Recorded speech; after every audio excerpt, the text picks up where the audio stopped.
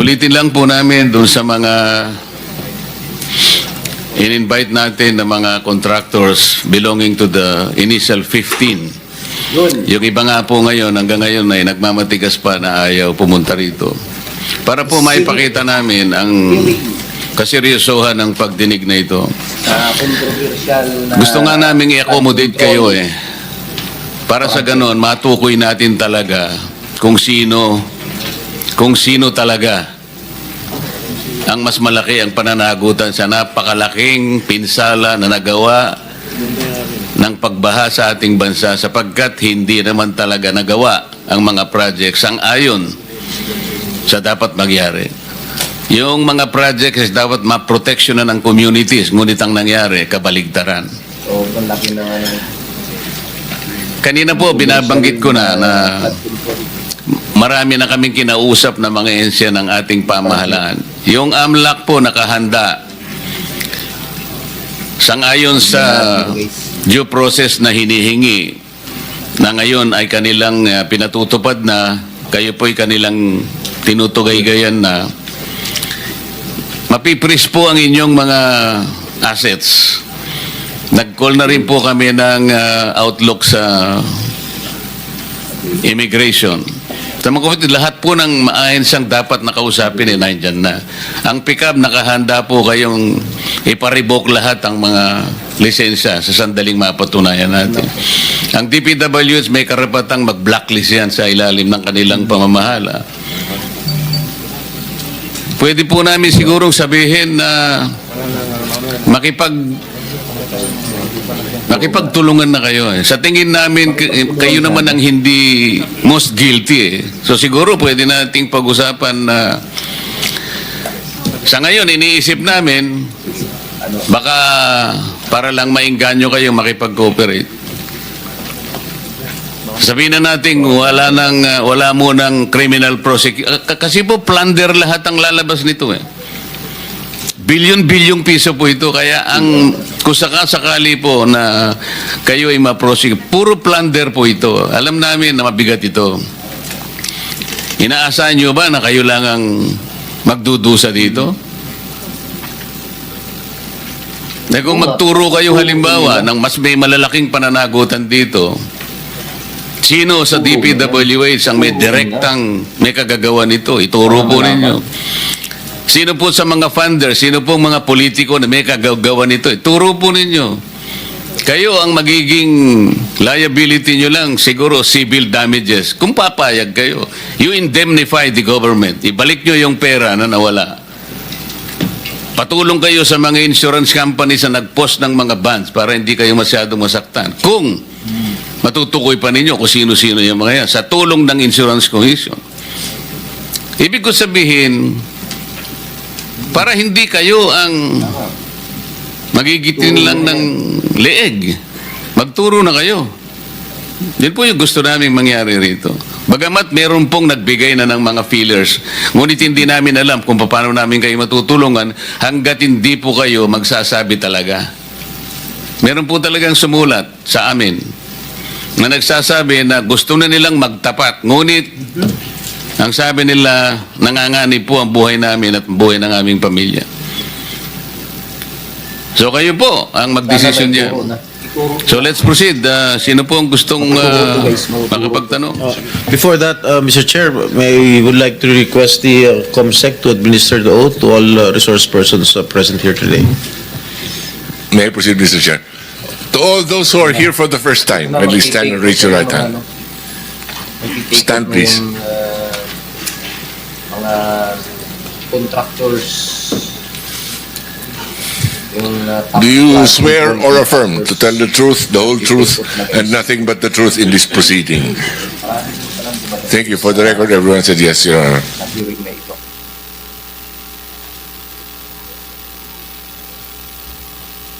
The minority there may want to...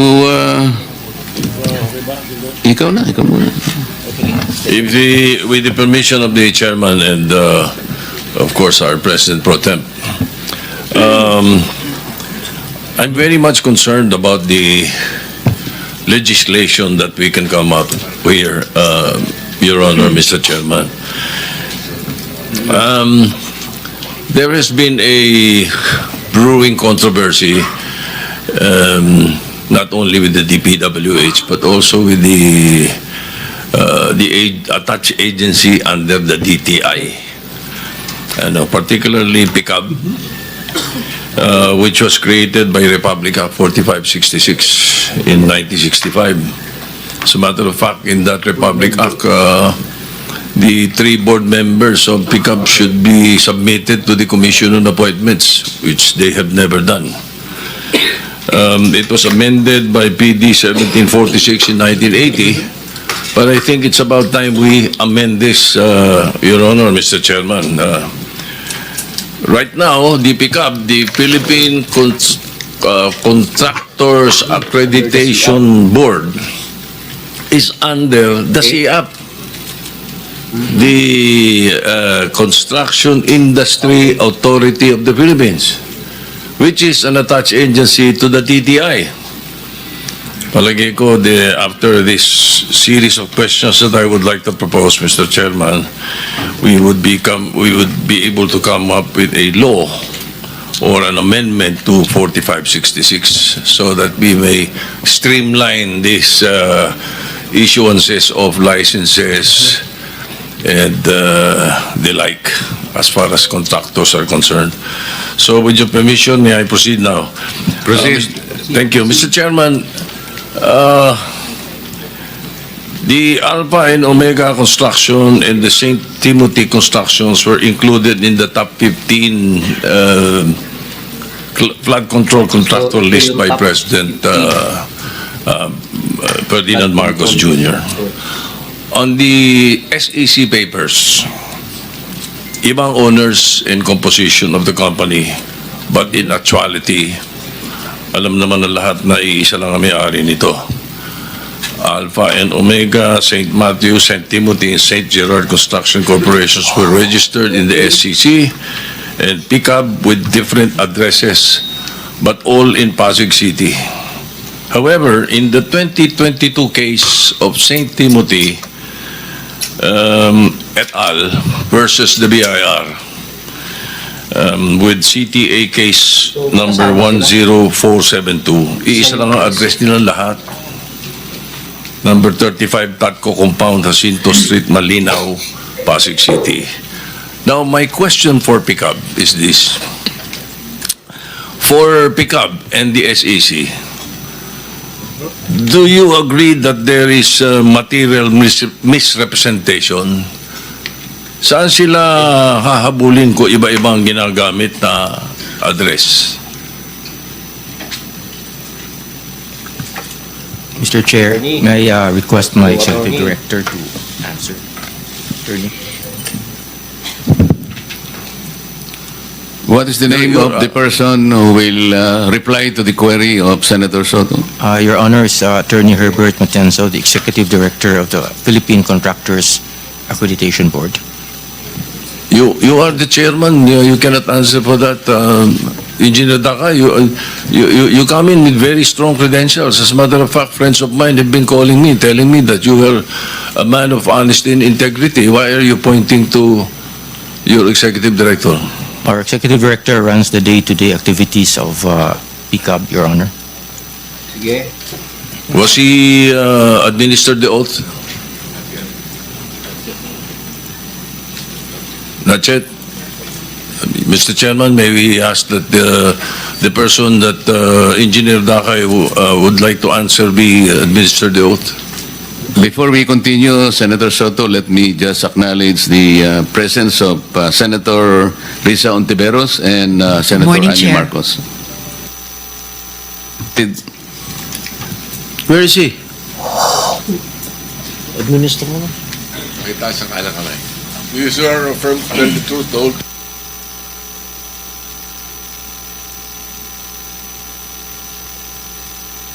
So the question, Mr. Chairman, there is material misrepresentation, is it not?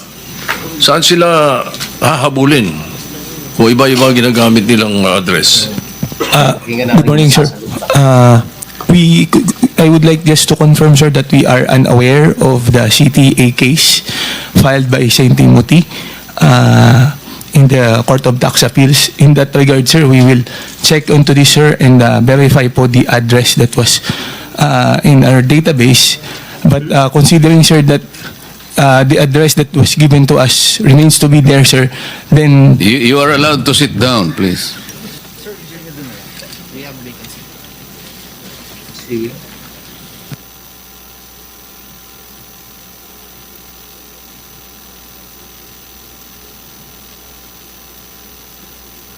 Sige, sige.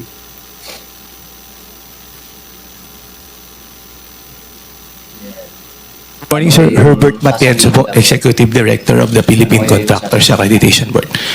With regard to the case po filed with the CTA, the Philippine Contractors Accreditation Board is unaware of the filing of the case po of St. Timothy against the BIR. But then again, sir, we will look into that case, check the addresses po given, and if in case there is a misrepresentation, sir, then the PCAB has following the rules on license contracting. Therefore, your answer to my question is a yes. Yes, sir. But you're saying that you're not aware of the CTA case? Yes, sir. Yes, Mr. Chair. Brad, you're under oath, huh? Yes, sir. We are not. I am not aware I of was given a different information by the palace. By the afternoon, after you guys met me in the morning. We will check our record, sir. I'm warning you, Brad. Be careful, huh? Basta you answer it truthfully, okay? Yes, sir. All right. You're not aware of the St. Timothy case? I am personally not aware of the St. Timothy case filed with the I'll city. hold you to that. All right? Okay, now. Also, the mentioned companies, including Elite Construction Corporation, have different authorized managing officers to represent the contractors. But the beneficial owner is the same. It has interlocking directorship. May corporate layer ba? Are you aware of this scheme, Engineer Takay? No, sir, we're not. So where are your mechanisms to flag companies misrepresenting through corporate layerings or fronting? Because it seems that the contractors, they just make another corporation and even sole proprietorship if you deny them their license.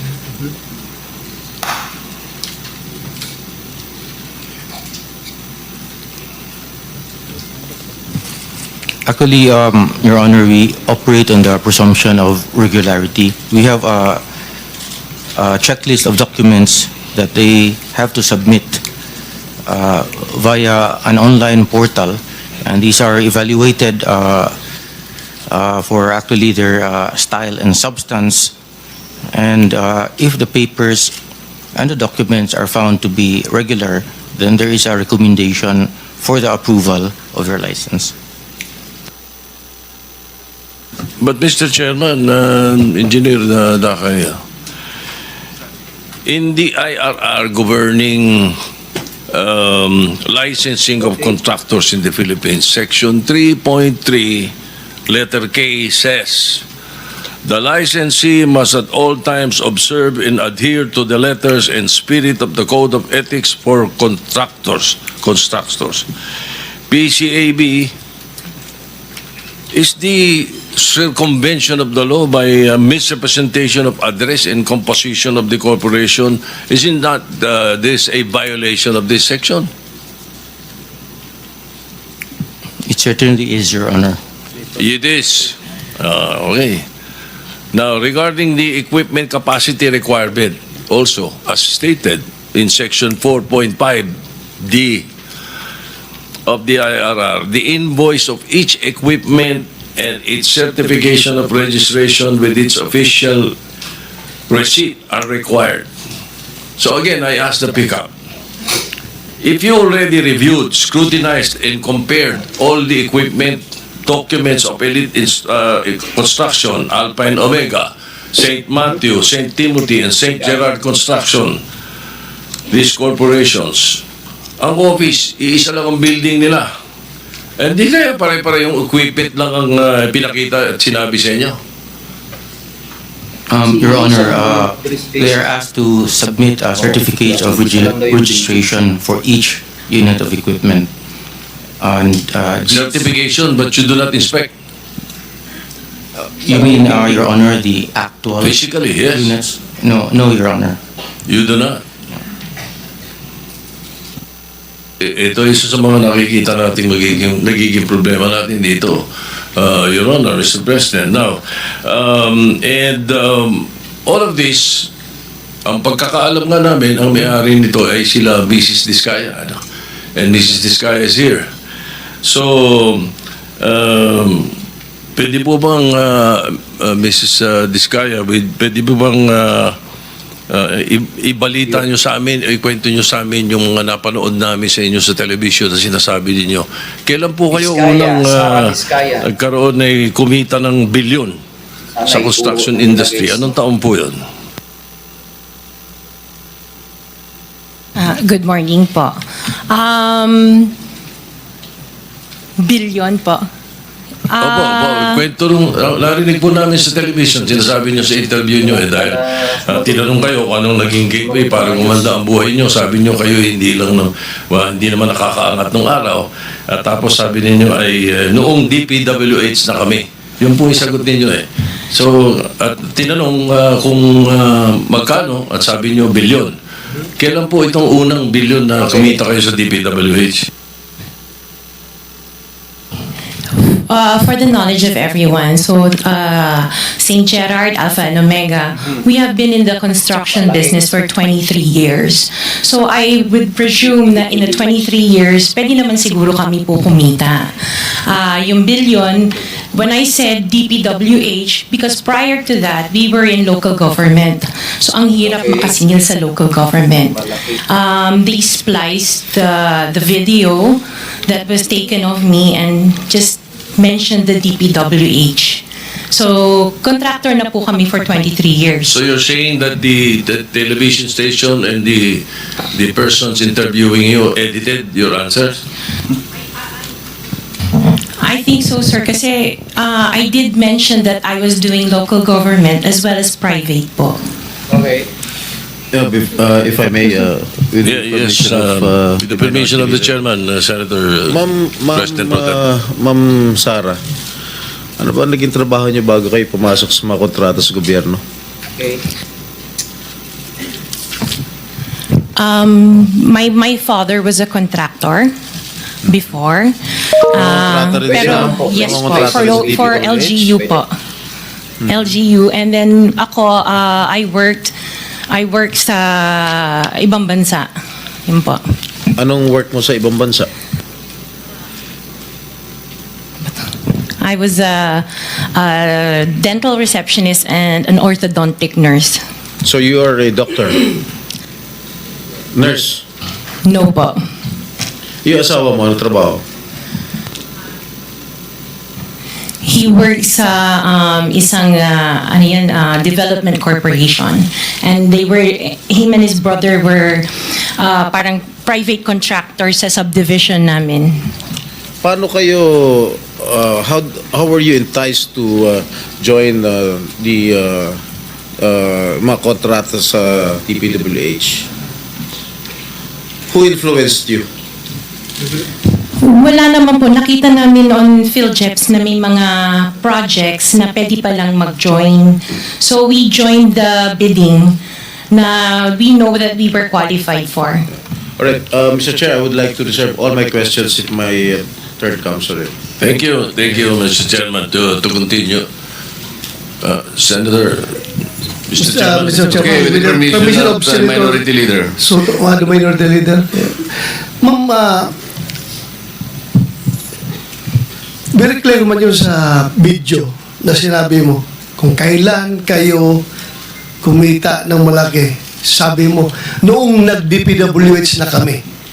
Magandang usapan dito. Ngayon, gusto mong i-attribute yung wealth ninyo going back noon pa sa tatay mo, noong nagsimula kayo ganon. Pero very clear, the video won't lie. Sinabi mo, noong nag-DPWH na kami. Yes po. So, kailan ba kayo nag-DPWH? Parang sometime in 2012, nag-start kami with DPWH. Can you be definite with your answer? Parang 2012? Oh, please, because you're under oath, please. Yes po. Make sure of your answers. Sometime in 2012, we started with DPWH. We started with joining biddings. Pero prior to that, we were with local government. Yung mga flood control projects, kailan kayo nag-engage ng flood control projects sa DPWH? Siguro mga 2016 onwards. Please make sure of your answer. Yes po, 2016 onwards po. 2016 onwards? Yes po. Yan. Magandang pag-usapan. 2016 onwards. Magandang topic. May follow-up Yeah, yes, sir. ka ba? Yeah, go ahead, sir. Go ahead. Alright. Kasi based on your... Una sa lahat, we would like to clear the reason that we're asking you this, and centering on you at the start. Ganon din ang gagawin namin takbo doon sa ibang mga kontratista rito na naibitin natin na nasa top 15 ng presidente. Nasa top 15 ng presidente, may mga flood control projects, mayroong guni-guni, mayroong ghost, mayroong nagawa, may nagawang palpak, okay, may nagawang tama. Ngayon, tapos marinig namin yung kwento sa television na tungkol doon sa sinasabi nyo na napakarami ninyong kinita at ikaw nga sa DPWH to 2016 kayo nag-umpisa sa DPWH, pero yung mga pinakitang mga sasakyan ninyo ay 2022, 2025, 2024. So lately yung matindi, hindi po ba, na mga income ninyo? Mga anong taon kaya sa tingin ninyo? What year would you say that you were able to engage or be able to get projects from the DPWH for flood control projects? What year? Yun nga po, nag-start kami makakuha ng pailan-ilan, pero 2016 po onwards po. Yes. 2016 onwards. In 2017, how much did you pay the BIR on your income tax? Sorry, I don't have the data on me right now kasi I have an accountant that handles that po. Pero I can get it for you. Yes, please, may we request that Yes po. we find out how much your income taxes were paid from that time, 2016 to the present, no? Okay po. All right. Now, Mr. Chairman, in 2015, St. Gerard, which you own also, no, Mrs. Discaya, was suspended by the DPWH. In 2020, they were blacklisted by the DPWH. However, St. Gerard's pickup license was renewed and is valid from July 1, 2023 to January 28, 2026. For St. Timothy, which you also own, it was found out by the President that the 2023 Bulacan River project amounting to 96.4 million was deemed completed even in more than 200 meters of revetment were not built. St. Timothy's pickup license was also renewed 2025 to 2027. So, Engineer Takay, what is the basis for the renewal despite the issues in their previous projects? Ayun. Sir, Mr. Chair. Engineer Takay, can you not answer? You're the chairman. Bakit ito executive director ang pinasasagot niyo na pinasasagot? Yeah, the blacklist that was issued by the DPWH, Your Honor, has certain time limitations. So, once a notice that the project has been completed, then the blacklist is lifted. And pickup actually limit of responsibility is we can only institute disciplinary action upon a complaint or a verified violation. Ibig sabihin, pag walang nagko-complain, sige lang na sige.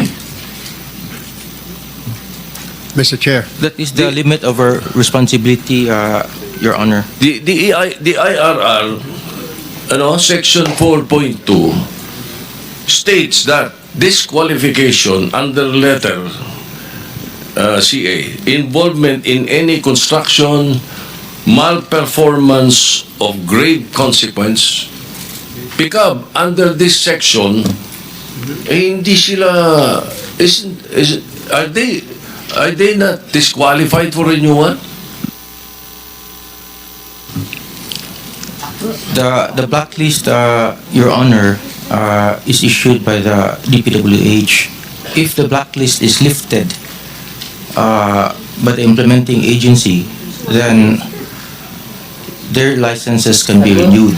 However, we also have another mechanism that if there is a verified complaint from the LGUs or from the implementing agency, then we hear the case and then apply the penalties that are commensurate to the offenses that are being committed. For example, Your Honor, the DOLE reports to us a lot of infractions that are committed by contractors, such as unlicensed contractors implementing construction work, unsafe practices resulting in the death of people in the workplace, and we act upon that immediately. In fact, Your Honor, we submitted, upon the request of the BIR, we submitted last July 25 our transmittal regarding the request for the documents of the construction group of Discaya, because if and when the Bureau finds out that their papers are not actually compatible to the papers that are submitted at the PCOB, then we will suspend or revoke all of their licenses automatically, because there is now complaint. And we have communicated with the Bureau. In fact, I have met with Commissioner Lumagi once, and we have responded to their letter, and along with our letter, we have submitted reams of documents for the Bureau to review, Your Honor. Mr. Chair. Mr. Chair, may I with the Wait, before Minority Leader. before we proceed, let me acknowledge first the presence of our Majority Leader. Quick question, Commissioner. Yung imposition ng suspension is Section 99 ng RA 12009. Blacklisting is under Section 100, correct? Pareho namang nalilif ang suspension and blacklisting. There's no problem there because it's in the law. I think the trajectory of the Senator Sotto's question, kung paano natin madidisiplina, why don't you, for example, resort to Section 101 of the same Republic Act? Kasi dito sinasabi niya, imposition of blacklisting with perpetual disqualification. I believe kung ang pinag-uusapan ay ghost projects. Kasi makikita mo pagka blacklisting and perpetual disqualification, dapat recidivist na siya, ulit-ulit na siya, 3 or more. Kapag ka ghost projects ang pinag-uusapan, I think this is 10 times over. Halimbawa, nakalagay dito sa blacklisting, corrupt, fraudulent, collusive, and coercive practices. Katulad ng ghost, drawing up or using forged documents. Ghost projects. Hindi po pwedeng mag-apply yung Section 101, but there is a perpetual disqualification of this. You have to look into this. Yun siguro ang gusto mong puntuan, yes, Senator, di ba? Yes, sir. Mr. Chairman, thank you, And sir. then I think we have to put a limit muna, sir, kasi Medyo gusto nang magtanong Sige. yung iba. Sige, Makakabalik ka naman, I'll try boss. to, ha? I'll try to wind up for a while. No? Yes. Marami pa po akong tanong eh. My point here is that I want to amend the law creating the PICAB. Kailangan lagyan ng mas matinding power, mas maraming koordinasyon at coordinate sa DPWH, hindi lang sa DTI. So my line of questioning is towards that. Kung ano mga naging performance nyo, ang ginagawa ninyo, paano kayo paano yung dinidisqualify, paano yung license ninyo. I heard you have 45,000 accredited contractors nationwide. Mambigat eh. Tapos, ang sabi ninyo, maliit na kumpanya kayo. Maliit na agency lang kayo. Tatatlo yung board member nyo. Yung dalawang board member mo, are you aware that they are contractors also? Engineer Dakay? Yes, Your Honor. I'm aware. In fact, EGB has actually filed a voluntary leave of absence the day after their name appeared on the list of the So when they were appointed by whoever, President Duterte or President Marcos, because I know for a fact you were appointed by President Duterte originally, di ba? We'll give you more time, Senator Sotto, para yung iba gustong magtanong. Sige. Let me just re-emphasize, lahat po dapat makapagtanong, but ilimit muna natin sa first 5 minutes. Pagkatapos pag may time tayo, balikan po natin.